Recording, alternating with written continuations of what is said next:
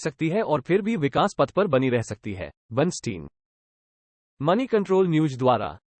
अगर कंपनी अत्यधिक विनिवेश के लिए उत्सुक नहीं है, तो वो टोटल एनर्जीज और आईएचसी जैसे खेल में त्वचा के साथ मौजूदा निवेशकों से नए निवेश की मांग कर सकती है।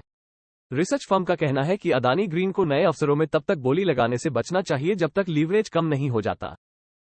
47,300 करोड़ रुपए के सकल ऋण के साथ अदानी ग्रीन एनर्जी समूह की कंपनियों में सबसे अधिक लीवरेज्ड है। अनुसंधान फर्म बर्नस्टीन ने अपनी नवीनतम रिपोर्ट में कहा है कि राशि का भुगतान करने के लिए यह अपनी सभी संपत्तियों को विभाजित कर सकता है, लेकिन नवीकरणीय ऊर्जा फर्म अभी भी विकास पथ पर रहेगी। जनवरी के अंत में एक रिपोर्ट में अमेरिकी लघु विक्रेता हिंडेनबर्ग रिसर्च के बाद अदानी समूह की कंपनियों में अदानी ग्रीन सबसे बुरी तरह से प्रभावित शेयरों में से एक है, जिसमें समूह पर स्टॉक हेरफेर, अन्य गलत कामों और ऋण संबंधी चिंताओं को चिन्हित करने का आरोप लगाया गया है। समूह ने आरोपों से इनकार किया है। अदानी ग्रीन के पास 7.3 गीगावाट GW की परिचालन संपत्ति है। अक्षय संपत्ति 8-10x मल्टीपल प्राप्त कर सकती है। अदानी ग्रीन के लिए इसे लागू करते हुए हम 45,100 करोड़ रुपये 56,400 करोड़ रुपये का ईवी देखते हैं।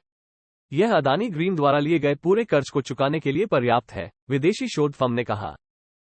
सेमकॉर्प द्वारा वेक्टर ग्रीन के अधिग्रहण से 8.5x का गुणक प्राप्त हुआ और शेल द्वारा स्प्रंग का अधिग्रहण लगभग 8-9x था, इसने कहा। घर चला रहा है।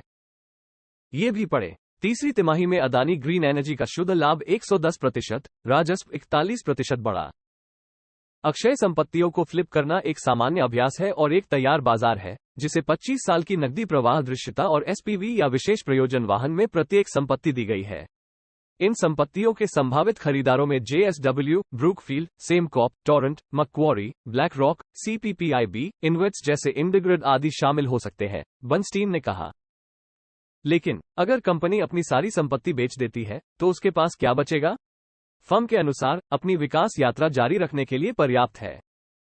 अदानी ग्रीन एनर्जी ने अपनी तीसरी तिमाही की आय प्रस्तुति में सूचित किया कि अक्षय पोर्टफोलियो का 13.1 गीगावाट लॉक इन है, या तो निर्माणाधीन है या निर्माणाधीन है। इसलिए अपनी सभी मौजूदा ऑपरेटिंग संपत्तियों को बेचने के बाद भी इसके पास 13.1 गीगावाट संसाधन होंगे। इस पाइपलाइन का एक बड़ा हिस्सा 5.9 गीगावाट के सोलर जोड़ manufacturing linked PPA power purchase agreement से बना है, जो 2.45 रुपये के अच्छे टैरिफ पर है।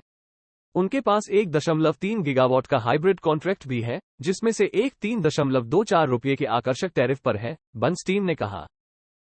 अगर कंपनी अत्यधिक विनिवेश के लिए उत्सुक नहीं है, तो यह मौजूदा निवेशकों से टोटल एनर्जीज और IHC जैसे खेल में त्वचा के साथ नए निवेश की मांग कर सकती है। रिसर्च फर्म ने यह भी कहा कि अदानी ग्रीन एनर्जी को लीवरेज कम होने तक नए अवसरों में बोली लगाने से बचना चाहिए। बर्नस्टीन ने 628 रुपये के लक्ष्य मूल्य के साथ स्टॉक पर अंडरपरफॉर्म रेटिंग दी है। 24 जनवरी को हिंडनबर्ग रिपोर्ट के प्रकाशन के बाद से अदानी ग्रीन एनर्जी में लगभग 66% की गिरावट आई है। 14 फरवरी को NSE पर TT 653.65 रुपये पर बंद हुआ। अस्वीकरण। मनी कंट्रोल पर विशेषज्ञों द्वारा व्यक्त किए गए विचार और निवेश सुझाव उनके अपने हैं, न कि वेबसाइट या इसके प्रबंधन के।